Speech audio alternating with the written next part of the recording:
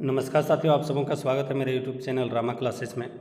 और आज हम लोग CDP child development and pedagogy, जिसको हिंदी में हम लोग बाल विकास और शिक्षा अधिगम भी कहते हैं, तो उनकी जो प्रमुख महत्वपूर्ण परिभाषाएं हैं उनको हम लोग देखेंगे। और अलग अलग लेखकों ने, अलग अलग मनोवैज्ञानिक ने क्या क्या बोले बच्चों के बारे में, बच्चों के अधिगम के बारे में, उसको जानेंगे।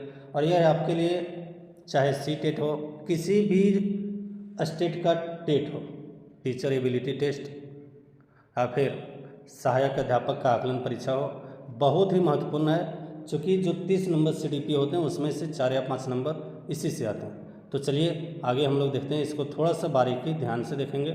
तो अधिगम के संबंध में महत्वपूर्ण परिभाषाएं। सबसे पहला हम क्रो एंड करो, क्रो एवं करो। आदत, अभिवृत्ति और ज्ञान का अर्जन करना ही अभिगमन कहलाता है। अभिगमन के बारे में बोले, आदत, अभिवृत्ति और ज्ञान का अर्जन करना ही अभिगमन कहलाता है। अगला, विलियम वुडवर्थ ने क्या बोला? इन्होंने अधिगम की 2 परिभाषाएं दी। कितने परिभाषा? 2। पहला है अभिगम विकास की एक प्रक्रिया है। दूसरा, नवीन ज्ञान और नवीन प्रतिक्रियाओं का अर्जन अतिक्रमण कहलाता है। तो ये विलियम वुडवर्थ का 2 परिभाषा हो गया। पहला परिभाषा अधिगम, अभिगम यहाँ दिया है, अधिगम विकास की एक प्रक्रिया है। प्रक्रिया का मतलब हमेशा चलने वाली। नवीन ज्ञान एवं नवीन प्रतिक्रियाओं का अर्जन अतिक्रमण कहलाता है। अतिक्रमण का मतलब हम सीख रहे हैं उसमें। अब देखिए B.F. स्किनर के द्वारा बोला गया अधिगम व्यवहार में उत्तरोत्तर अनुकूल की प्रक्रिया है। B.F. स्किनर के द्वारा बोला गया अधिगम व्यवहार में उत्तरोत्तर अनुकूलन की प्रक्रिया है। वहीं पर अगर देखें तो आइजेक के अनुसार, किनके अनुसार? आइजेक के अनुसार अधिगम नवीन या स्थायी परिवर्तन के अंतर्गत सीखने की प्रक्रिया है। अधिगम जो है नवीन स्थायी परिवर्तन के अंतर्गत सीखने की प्रक्रिया है। और यह कथन किनका है? तो यह कथन है आइजेक का।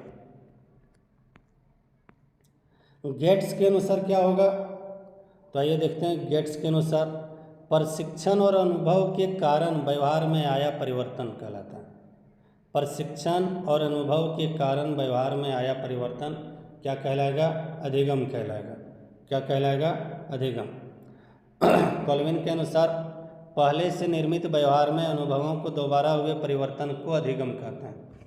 मतलब पहले से निर्मित व्यवहार में, उसके अनुभव में दोबारा हुए परिवर्तन को क्या कहेंगे? अधिगम कहेंगे। अगला, अब आगे हम लोग जानेंगे मनोविज्ञान से संबंधित महत्वपूर्ण परिभाषाएं। मनोविज्ञान से, तो मनोविज्ञान, इसमें सबसे पहले हम देखेंगे विलियम वुडवर्थ का। मनोविज्ञान ने सर्वप्रथम अपनी आत्मा का त्याग किया, फिर अपने मन को छोड़ा और बाद में अपनी चेतना कोई अब व्यवहार की विधि को स्वीकार करता है। इसका मतलब है सर्वप्रथम सबसे पहले अपने आत्मा का त्याग करना होगा, फिर मन को छोड़ना होगा, बाद में अपनी चेतना में किसी भी व्यवहार विधि को हम स्वीकार कर पाएंगे। इसका मतलब सीधा है, अगर हम कुछ भी सीखना चाह रहे हैं तो पहले जो पुरानी चीज़ें हैं उनको छोड़ना होगा। और ये कथन किनका है? विलियम वुडवर्थ की है। अगला, वाटसन के अनुसार मनोविज्ञान व्यवहार का शुद्ध विज्ञान है।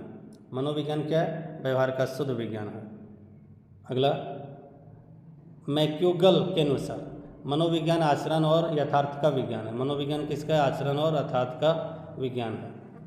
B.F. स्किनर के अनुसार मनोविज्ञान व्यवहार और अनुभव की विज्ञान है। मनोविज्ञान जो है व्यवहार और अनुभव का विज्ञान है। करो के अनुसार मनोविज्ञान मानव व्यवहार एवं मानव संबंधों का अध्ययन करने वाला विज्ञान है। सिगमंड फ्राइड के अनुसार मनोविज्ञान अचेतन मन का अध्ययन करने वाला विज्ञान है। मनोविज्ञान क्या है? अचेतन मन का अध्ययन करने वाला विज्ञान। वुडवर्थ के अनुसार जीवन में आभार और प्रभाव देने वाले प्रतिक्रिया व्यवहार है, और वही मनोविज्ञान है। मार्गन के अनुसार मनोविज्ञान मानव और पशु के व्यवहार का अध्ययन करने वाला विज्ञान है। मानव और पशु के व्यवहार का अध्ययन करने वाला विज्ञान मनोविज्ञान, ये क्या है? मार्गन के अनुसार। जिम्बरोडो के अनुसार मनोविज्ञान जीवधारियों का व्यवहार का वैज्ञानिक अध्ययन है। अब हम लोग जानेंगे शिक्षा मनोविज्ञान से महत्वपूर्ण परिभाषा। सबसे पहले हम जानेंगे B.F. स्किनर की परिभाषा। किसकी? B.F. स्किनर के। इनके अनुसार मनोविज्ञान की 2 परिभाषाएं दिया गया। पहला शिक्षा मनोविज्ञान, मनोविज्ञान की वह शाखा है जिसमें सीखने और सिखाने की प्रक्रिया का अध्ययन किया जाता है। इसके संबंध में कहा जाता है कि सीखना विज्ञान है और सिखाना कला। क्वेश्चन आ सकता है आपका, सीखना विज्ञान है और सिखाना कला, यह कथन किनका है? तो याद रखना B.F. स्किनर का है। किनका है? B.F. स्किनर का है। दूसरा, शिक्षा मनोविज्ञान शैक्षिक परिस्थितियों में विद्यार्थियों के व्यवहार का अध्ययन करती है, जिसका संबंध शिक्षण और अधिगम से हो। मतलब बच्चे कब सीखेंगे? जब शिक्षा मनोविज्ञान शैक्षिक परिस्थितियों में विद्यार्थियों के व्यवहार का कौन? मनोविज्ञान। अगला, स्टीफन के अनुसार, स्टीफन क्या बोल रहे हैं? शिक्षा मनोविज्ञान शैक्षिक विकास के क्रमबद्ध अध्ययन करते हैं। मनोविज्ञान जो है शैक्षिक विकास का क्रमबद्ध अध्ययन करते हैं। ट्रॉक के अनुसार शिक्षा मनोविज्ञान शैक्षिक परिस्थितियों में मनोविज्ञान पक्षों का अध्ययन करने वाला विज्ञान है। आगे, क्रो के अनुसार शिक्षा मनोविज्ञान जन्म से लेकर वृद्धावस्था तक सीखने का वर्णन तथा व्याख्या शैक्षिक व्यवहार का अध्ययन करती है। अगला प्रश्न, अभिप्रेरणा से महत्वपूर्ण परिभाषाएं। तो अभिप्रेरणा से महत्वपूर्ण परिभाषाएं आगे हम लोग और भी जानेंगे शिक्षा के क्षेत्र से। तो सबसे पहला मैकडोनाल्ड के अनुसार, मैकडोनाल्ड क्या बोल रहे हैं? अभिप्रेरणा व्यक्ति के अंदर ऊर्जा परिवर्तन है। दूसरा, क्रेच एवं क्रेच फील्ड के अनुसार अभिप्रेरणा हमारी क्यों का उत्तर रहते हैं। मतलब अगर कोई भी क्वेश्चन है, क्यों का मतलब क्वेश्चन, तो उसका उत्तर देता है कौन देता है? अभिप्रेरणा। ये कथन किनका है? क्रेच एवं क्रेच। अगला, B.F. स्किनर क्या बोल रहे हैं? अभिप्रेरणा अतिक्रमण का सर्वोत्कृष्ट राजमार्ग है। अतिक्रमण का सर्वोत्कृष्ट मार्ग अभिप्रेरणा है। अगला,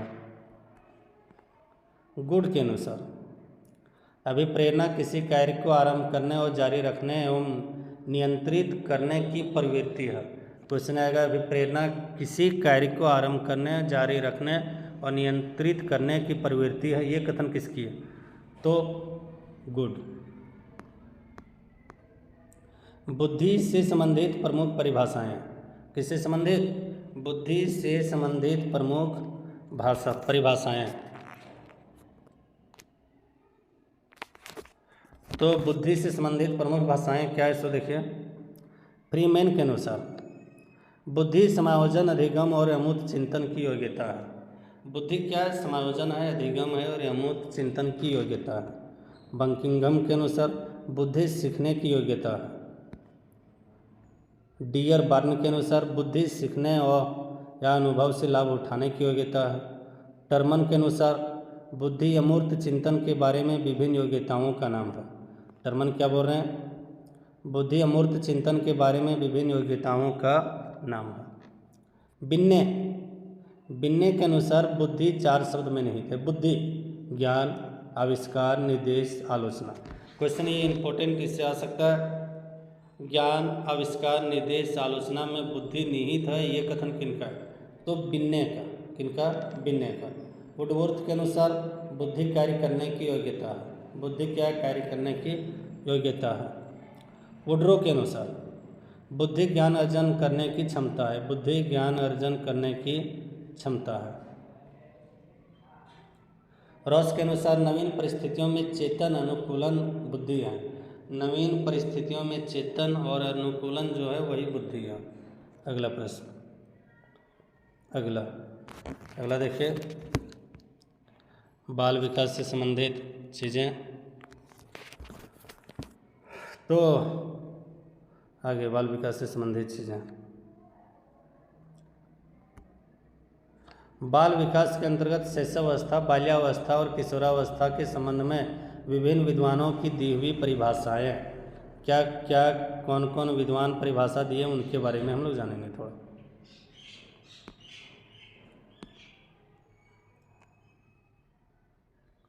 यहाँ देखिए, शैशवावस्था 0 से 5 वर्ष दिया, लेकिन हमको ये जानना 0 से 2 वर्ष शैशवावस्था का ज़्यादा जो है सो क्या कहते हैं? सिद्ध परिभाषित होगा।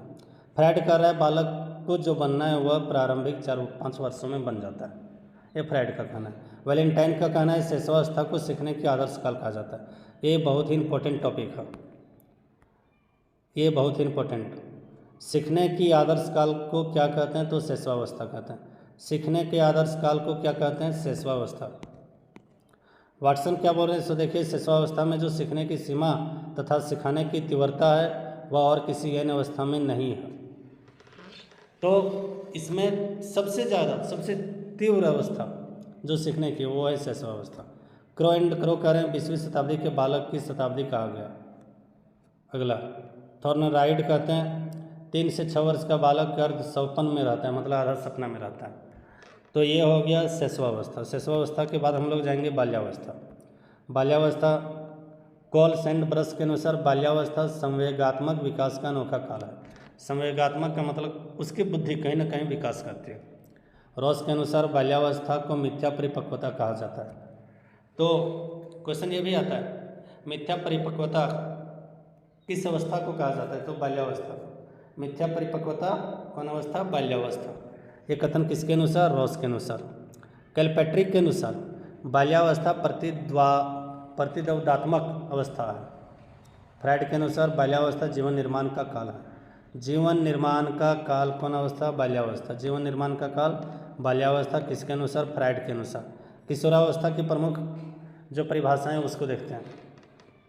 इसमें कोई मतभेद नहीं है कि किशोरावस्था जीवन का सबसे कठिन काल है। जीवन का सबसे कठिन काल किशोरावस्था किलपेट्रिक के अनुसार। किसके अनुसार? किलपेट्रिक के अनुसार जीवन का सबसे कठिन काल किशोरावस्था। जीवन का सबसे कठिन काल किशोरावस्था। अगला वैलेंटाइन के अनुसार। वैलेंटाइन के अनुसार किशोरावस्था अपराध प्रवृत्ति का नाजुक समय है। अपराध प्रवृत्ति का नाजुक समय किशोरावस्था किसके अनुसार? वैलेंटाइन के अनुसार। रॉस के अनुसार किशोरावस्था शैशवावस्था की पुनरावृत्ति है। किशोरावस्था शैशवावस्था की पुनरावृत्ति है। कॉल सैनिक के अनुसार किशोर अवस्था में किशोर प्रौढ़ को अपने मार्ग में बाधक मानते हैं। किशोर अवस्था में किशोर मतलब जो बच्चा है वो प्रौढ़ को अपने मार्ग में बाधक मानते हैं, मतलब वो जो सोचेगा वो करने नहीं देते हैं उसके जो प्रौढ़ हैं तो उसको बाधक मानते हैं। किनके अनुसार? कॉल सैनिक के अनुसार। अस्टेने हॉल के अनुसार। अस्टेने हॉल के अनुसार किशोरावस्था का सबसे को बड़े संघर्ष, तनाव और आंधी तूफान की अवस्था कहा जाता है। मतलब जो भी होनी घटना किशोरावस्था में होगा। बदमाश होगा तो किशोरावस्था, तनाव में रहेगा तो किशोरावस्था, आंधी तूफान भी आएगी तो किशोरावस्था में आएगी। अब देखिए मूल्यांकन से संबंधित महत्वपूर्ण परिभाषाएं। तो मूल्यांकन से संबंधित महत्वपूर्ण परिभाषाएं सबसे पहले कोठारी आयोग। कौन आयोग? कोठारी आयोग। मूल्यांकन एक सतत प्रक्रिया है।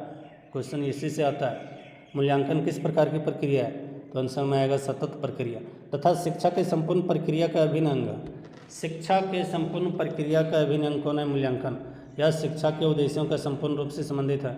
मूल्यांकन के द्वारा शैक्षणिक उपलब्धि की भी जांच नहीं की जाती बल्कि उसमें सुधार में सहायता मिलती है। मूल्यांकन का मतलब ये नहीं कि हम सिर्फ जांचेंगे, उसमें सुधार का भी मौका और सहायता उसी से मिलेगा। हन्ना के अनुसार। किसके अनुसार? हन्ना के अनुसार विद्यालय द्वारा बालक के व्यवहार में लाए गए परिवर्तन के संबंध में परमाणु की संख्या और उनकी व्याख्या करने की प्रक्रिया को मूल्यांकन कहते हैं। मतलब विद्यालय के व्यवहार में, बालक के व्यवहार में क्या परिवर्तन आ रहा है उसकी जो गणना है उसी को मूल्यांकन कहेंगे। गुड्स के अनुसार मूल्यांकन एक ऐसी प्रक्रिया है जिसमें सही ढंग से किसी वस्तु का मापन किया जा सकता है। सही ढंग से किसी वस्तु का मापन का मतलब है ऐसा नहीं कि वो पढ़ने में तेज हो तभी वो ज़्यादा अच्छा है। कोई क्रिकेट खेलने में अगर तेज है तो वह उनके अंदर भी एक कला है। अगर किसी में नाटक या फिर किसी भी प्रकार का एक्टिंग का शौक है या फिर एक्टिंग की उनके अंदर कला है तो उसका भी मापन किया जाना चाहिए और यही मूल्यांकन होनी चाहिए। अगला मुखपात के अनुसार मूल्यांकन एक सतत प्रक्रिया या बालिकाओं की औपचारिक शैक्षिक उपलब्धि की अपेक्षा करता है। यह व्यक्ति के विकास में अभिरुचि रखता है और यह व्यक्ति के विकास के उसकी भावनाओं, विचारों और क्रिया संबंधित वांछित व्यवहारगत परिवर्तन के रूप में व्यक्त करता है। मतलब इसमें क्या क्या परिवर्तन हो सकते हैं और आगे क्या कर सकते हैं इनके बारे में भी मूल्यांकन है। रेमर्स और गेज के अनुसार मूल्यांकन में व्यक्ति या समाज अथवा दोनों की दृष्टि में जो उत्तम है अथवा वांछनीय है उसको माना जाता है। व्यक्ति या समाज या दोनों में जो भी उत्तम है अथवा वांछनीय उसको माना जाता है किसमें? मूल्यांकन में। क्लार व स्टार के अनुसार मूल्यांकन वह निर्णय या विश्लेषण है जो विद्यार्थियों के कार्य की प्राप्त सूचनाओं से निकाला जाता है, मतलब बच्चा किस प्रकार के कार्य कर रहे हैं उसकी सूचनाओं से निकाला जाता है, उसी को मूल्यांकन कहते हैं। और इसी के साथ आज का एक क्लास समाप्त होता है। उम्मीद है आप सबको पसंद आई होगी। अगर पसंद आई तो आप अपने दोस्तों के साथ शेयर करें। धन्यवाद।